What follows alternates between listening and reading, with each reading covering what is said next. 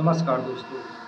गुजरात के वडोदरा शहर में एक ऐसी दर्दनाक घटना हुई है जिसे सुनने के बाद अगर आप सभी के मन में ऐसे ही विचार चल रहे हैं कुछ करने की, तो आप लोग भी बहुत सावधान हो जाइएगा। क्योंकि ये जो घटना घटी है, एक परिवार ने लालच में जो काम किया और उसके बाद फिर उसके साथ ऐसी घटना घटी है जिससे आप सोच कर के एकदम ऐसे आपकी रूह रूह तक काँप जाएगी। और आप लोग भी कभी भूल कर भी ऐसा मत करिएगा। तो हम इस घटना को शुरुआत करते हैं और आप लोग पूरा वीडियो को एंड तक देखिएगा, तभी आप सभी को कहानी समझ में आएगी। दोस्तों, यह कहानी है गुजरात के वडोदरा शहर की। उसी शहर में जो है थोड़ा दूर बाहरी इलाके पर एक 2 मंजिला मकान था और उसमें एक आदित्य नाम का लड़का रहता था और उसके माता-पिता और उसकी एक छोटी बहन और एक उसकी बूढ़ी दादी जिसका नाम था सावित्री देवी। और उसकी दादी आदित्य को बहुत ही ज़्यादा मानती थी, बहुत ही ज़्यादा प्यार करती थी। अक्सर आप लोगों ने घर में देखा होगा कि जो दादा-दादी होते हैं, वो अपने नाती-पोते को बहुत ही ज़्यादा प्यार करते हैं और घर में जब एक दादी रहती हैं, तो बहुत ही अच्छा लगता है। उसी प्रकार आदित्य की दादी भी आदित्य को बहुत ही प्यार करती थी। लेकिन कुछ दिनों बाद आदित्य की दादी बहुत ही ज़्यादा बीमार रहती थी। उनकी तबीयत अब ठीक नहीं रहती थी क्योंकि अब उनकी एज बहुत ज़्यादा हो गई थी। यही समझिए कि 70 पार कर चुकी थी, क्योंकि बहुत पुराने ज़माने की थी। 80-80 लगभग हो गई थी उनकी उम्र। अब इनकी तबीयत बहुत ज़्यादा ख़राब हो रही थी, तो घर वाले लोग बहुत ज़्यादा चिंतित रहते थे कि अब हो सकता है कि हमारी दादी जो है हमारे बीच बहुत ज़्यादा दिनों तक नहीं रहेगी। इस वजह से आदित्य जो है बहुत ही ज़्यादा घबरा जाता था, बहुत ही रोता था। वो अपनी दादी से हमेशा कहता था कि दादी तुम मुझे छोड़ कर के मत जाना, क्योंकि आप चली जाएँगी तो इस घर में अच्छा नहीं लगेगा, आपके बिना जो है हम सब एकदम बेकार लगेंगे। तो उसकी दादी क्या ही करे। अब बीमारी ने इतना जकड़ लिया था कि देखते ही देखते 2-3 दिन बाद जो है उनकी दादी ख़त्म हो जाती है। वह जो है एक्सपायर कर जाती हैं और इस मरने से पहले उन्होंने एक बात बोली थी। सभी परिवार वाले साथ में थे, आदित्य भी था। उसने कहा था कि बेटा, मेरे मरने के बाद इस घर को कभी मत बेचना और ना ही मेरे वाले कमरे में किसी आदमी को रखना। इतना कह कर के उसकी दादी चली गई। अब आदित्य ये सोच रहा था कि दादी ने ऐसा क्यों कहा कि ना ही इस घर को बेचना और ना ही मेरे कमरे में, जिस कमरे में दादी रहती थी उनकी, उस कमरे में किसी आदमी को रखने के लिए भी मना कर दिया था। क्योंकि इसके बाद बहुत ही बड़ा सच्चाई खुलने वाला है, जो अभी आदित्य को पता नहीं था कि पिछले बीते हुए दिनों में क्या हुआ है जब आदित्य छोटा था। तो दादी के मरने के बाद यही समझिए कि 2 महीने बीते होंगे। तब उसके पापा बोलते हैं कि बेटा, हम जो है इस घर को बेच करके चलते हैं, कहीं बाहर घर लेते हैं और दूसरी जगह दूसरे शहर में लेते हैं। तो आदित्य बोलता है, पापा, दादी ने मरने से पहले ऐसा क्यों कहा था? तो उसके पापा बोलते हैं कि बेटा, दादी की तबीयत ख़राब थी। बीमारी में जो है आदमी का दिमाग काम नहीं करता है। इस वजह से वह जो है ऐसा बोल रहे थे, क्योंकि उनको जो है अपने घर से बहुत ही ज़्यादा लगाव था। तो आदित्य पापा जो है आदित्य को ऐसा बहला-फुसला देता है। बोलता है, चलो हम लोग इस घर को बेच देते हैं, चलते कहीं और पर ले लेते हैं। तो आदित्य कहता है, ठीक है पापा, कोई बात नहीं। तो अगले दिन जो है उसके पापा जो है एक आदमी को बुलाते हैं, घर को दिखाते हैं। वो आदमी घर को देखता है, बोलता है कि भाई, घर तो बहुत बढ़िया है। तो वो पूछता है, आप इसे बेचना क्यों चाहते हैं? तो वो उसके पापा बताते हैं, क्योंकि अब यहाँ पर जो है आदित्य की दादी रहती थी, अब वो नहीं है। इसलिए हम लोग इस घर को बेच करके दूसरे शहर में रहना चाहते हैं। उन्हीं दादी की तबीयत ख़राब थी, इस वजह से हम लोग तब तक यहाँ पर रुके थे। अब इसलिए इस घर को बेचना चाहते हैं। तो वह जो आदमी था वो बोला कि भाई ठीक है, मैं इस घर को ले लूँगा, लेकिन एक साथ में पूरे पैसे नहीं दूँगा। मैं इस घर को ईएमआई पे लूँगा, थोड़े-थोड़े पैसे देते रहूँगा। जिस दिन मेरा पैसा पूरा हो जाए उस दिन आप इस घर को मेरे नाम कर दीजिएगा। आदित्य पापा भी मान जाते, चलो ठीक है भाई, तब तक हम लोग इधर रहेंगे, जितना आप जब तक पैसा देते रहिएगा तब तक हम लोग इधर रहेंगे। तो ये समझिए जिस दिन वो आदित्य के पापा आदमी से ये डील कर चुके थे घर की, और उसी रात उसी रात घर में अजीब-अजीब तरह की घटनाएँ होनी शुरू हो गई। एक रात आदित्य जो है अपने कमरे में लेटा हुआ था और उसके मम्मी-पापा अलग कमरे में लेटे हुए हैं। तो अचानक रात में दूसरी मंजिल के ऊपर से ऐसे लग रहा था जैसे कोई छड़ी लेकर के चल रहा हो, उससे ठक ठक की आवाज़ आने लगी और आदित्य की नींद खुल जाती है। आदित्य सोचा इतनी रात में कौन चल रहा है? तो वह जो है तुरंत टॉर्च लेकर के ऊपर जाता है, देखता है उधर कोई नहीं रहता है। फिर चारों तरफ इधर-उधर देखता है, उसे कोई भी नहीं दिखाई देता। फिर वो सोचता है हो सकता है कि कोई जानवर हो या बिल्ली-विल्ली होगी जो इधर-उधर कूद रही थी। तो वह जो है फिर चुपचाप चला आता है, लेट जाता है। तो पहली रात तो बीत गई, कुछ नहीं हुआ। फिर अगली रात आदित्य की बहन जो है चिल्ला करके दौड़ करके सब लोगों के पास आती है और बोलती है कि मम्मी, मुझे जो है बिल्कुल दादी की जैसी एक बूढ़ी औरत मेरे खिड़की के पास दिख रही थी। उनका चेहरा बहुत ज़्यादा साफ नहीं दिख रहा था, लेकिन छड़ी और सफ़ेद साड़ी पहनी हुई थी, बाल-वाल सब एकदम सफ़ेद थे, एकदम दादी के जैसे बूढ़ी औरत थी। और उसके पापा जो है यह बात सुन कर के एकदम ऐसे काँप जाते हैं कि अचानक से ऐसी बात सुन ली कि दादी के जैसे दिख रही है। अब उसके पापा कुछ तो सच्चाई थी जो अपने बेटों से छुपा रहे थे। तो आदित्य बोलता है कि ऐसा नहीं हो सकता है, तुम जो है सपना-वपना देखी होगी, डर गई होगी, दादी मर गई है, दादी अब नहीं आ सकती है। तो फिर इतना बात टाल करके बोलते हैं चलो ठीक है, कोई बात नहीं, अब अगले दिन ऐसा नहीं होगा। तो फिर वह जो है फिर अगले दिन सो जाती है। तो इस बार अजीब तरह की घटना हुई आदित्य के पापा के साथ। आदित्य के पापा नाइट में जो है सीढ़ियों से उतर रहे थे नीचे और अचानक उनको ऐसा लगा जैसे कोई उनको पीछे से ऐसे धक्का दिया और ज़ोर से वो जो है सीढ़ियों से ऐसे ढनकते-ढनकते हुए नीचे आ गए और ज़ोर से जो है जब नीचे गिरे तो चिल्लाए, घर के सभी लोग दौड़ कर के आए। तो वो बताते हैं कि मुझे पीछे से किसी ने धक्का दिया, लेकिन वह जब मैंने पीछे मुड़कर देखा तो कोई भी नहीं था।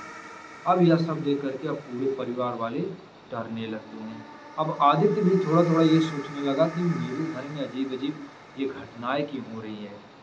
और फिर उसी दिन के बाद से अजीब-अजीब और घटनाएँ बढ़ने लगी। कभी-कभी अपने आप गैसें चालू हो जाती थी, तो कभी-कभी जो है बिजली जो है अपने आप चली जाती थी और बिजली जाने के बाद भी पंखा जो है किसी घर में अपने आप चलने की आवाज़ आती थी।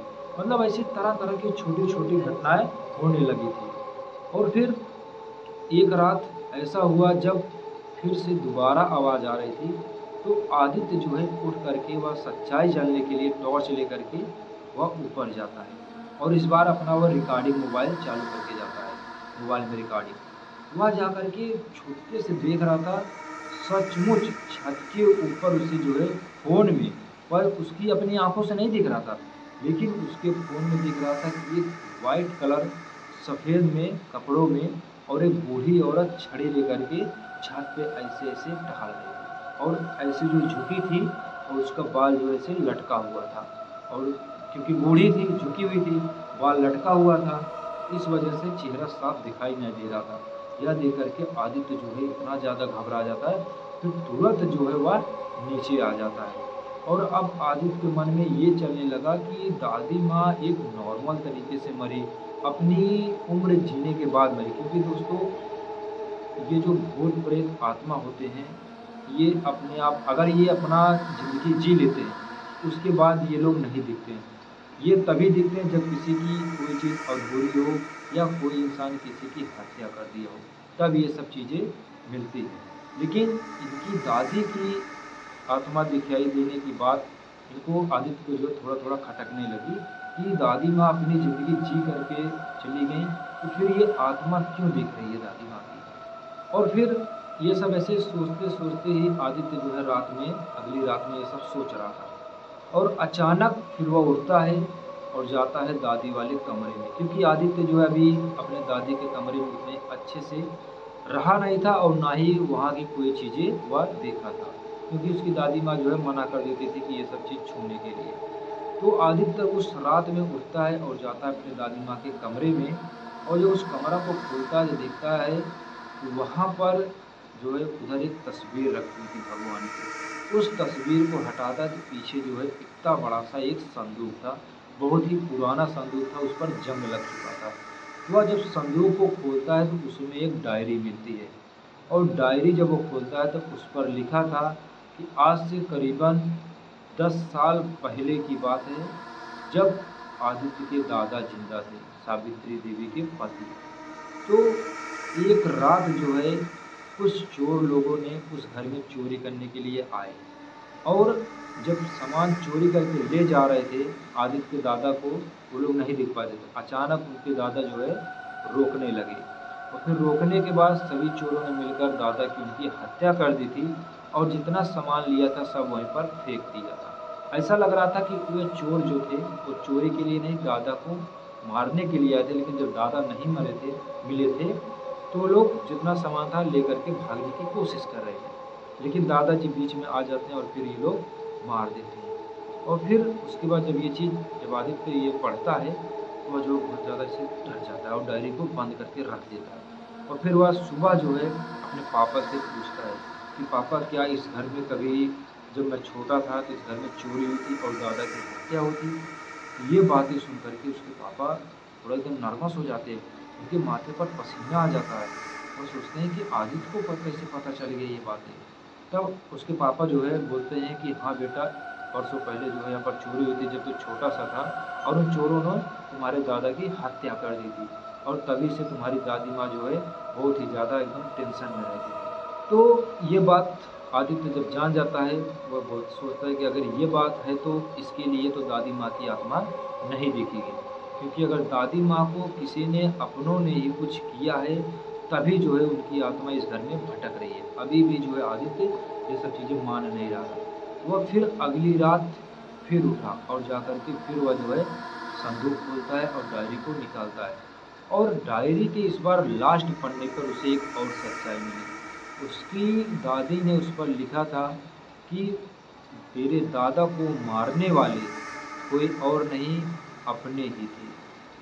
अब यह बात सुनकर के आदित्य जो है, अब वो उसके मन में ये लगने लगता है कि इसलिए जो है दादी माँ की आत्मा भटक रही है कि अपना बदला लेना चाहती है, इसलिए वो अपने घर को बेचना देखना नहीं चाहती थी। ये बात है। तब वह जो है आकर के अपने पिताजी से पूछता है कि पापा, मैंने दादी की डायरी पढ़ी और उस डायरी में लिखा था कि अपनों ने ही दादा की हत्या की थी, और आप मुझे जो है जो बात मुझसे छुपा रहे हैं, आप मुझे पूरी बात सच सच बताइए, आखिर बात क्या है। तब जो है उसके पापा थोड़ी देर खामोश रहते हैं, लेकिन ज़्यादा देर तक वो खामोश नहीं रह पाते अपने बच्चों के आगे। तब उसके पापा जो है रोते बिलखते हुए बताते हैं, बेटा मुझे माफ़ कर दो, मुझसे बहुत बड़ी गलती हो गई, क्योंकि उन चोरों को भेजने वाला मैं ही हूँ।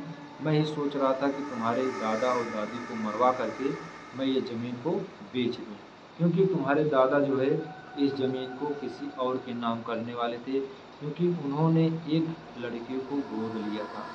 जब जब आदित्य के पिताजी छोटे थे तभी से उन्होंने एक और लड़के को गोद लिया था। तो ये लोग आधा जायदाद उसको देना चाहते थे, जो कि अभी वो बाहर है। तो इसकी वजह से आदित्य के पापा के मन में लालच आ जाती है। वो सोचते हैं कि इसको मैं दादा दादी को ख़त्म करके इस ज़मीन को मैं ले लूँ और अपने नाम करके बेच दूँ। इसी वजह से ये घर बेचना चाहते हैं। तब ये जब सच्चाई आदित्य को पूरा पता चलती है, आदित्य जो है अपने पापा के ऊपर बहुत गुस्सा होता है, और अगले दिन जाकर के वो अपने पिता के खिलाफ केस दर्ज कर देता है और अपने पिता को गिरफ्तार करवा देता है, और उसके पिता को सज़ा मिल जाती है। और फिर अगली रात उसकी दादी की कोई आवाज़ नहीं आई। जब आदित्य रात में छत के ऊपर चढ़ के गया तो उसकी आंखों के सामने उसकी दादी माँ दिखाई दी, और वो मुस्कुराते हुए गई, गायब हवा में से आई, मुस्कुराते हुए चली गई। और वहाँ पर कुछ लाल रंग का लिखा हुआ था दीवार पर, बोली बेटा धन्यवाद, तुमने जो है अब जा कर के अपनी दादी को न्याय दिलाया। और उसके बाद से तब से जो है उस घर में कोई घटना नहीं हुई, और जो आदित्य के पास पिता जो घर को बेचना चाहते थे, आदित्य ने उस घर को मना कर दिया था। उसका पैसा जो है जो आदमी ले रहा था उसका पैसा वापस कर दिया, और उसके पिता को सज़ा हो गई थी, लेकिन उम्र कैद नहीं, फांसी की सज़ा हुई थी, बस कुछ साल की सज़ा हुई थी। और उसके बाद उसके पिता छूट जाते। तो दोस्तों, ये थी आदित्य के साथ घटी हुई, उसकी दादी के साथ घटी हुई घटना। और अगर आप लोग भी कभी ऐसा आपके मन में विचार आ रहा है कि ज़मीन जायदाद के लिए भूल कर भी ऐसा मत सोचिएगा। अगर कोई इंसान आज आपसे नीचे है या आपसे नर्वस है, कमज़ोर है, आपको वह जीते जी कुछ नहीं कर पा रहा, तो ये याद रखिएगा और मरने के बाद भी आपको सुकून से रहने नहीं देगा। उसकी आत्मा आपको खा जाएगी एकदम। आपके घरवाले कोई भी सुकून से नहीं रहेंगे, जिस तरह से आदित्य के घरवाले सभी लोग परेशान थे। अगर आज उसके पिताजी ऐसा नहीं किए होते तो आज उनके साथ ऐसा नहीं होता। अगर आप सभी को दोस्तों ये वीडियो अच्छी लगी तो वीडियो को लाइक कीजिएगा और हमारे चैनल को सब्सक्राइब कीजिएगा और मिलते हैं बहुत जल्द ऐसे ही रहस्य के साथ में।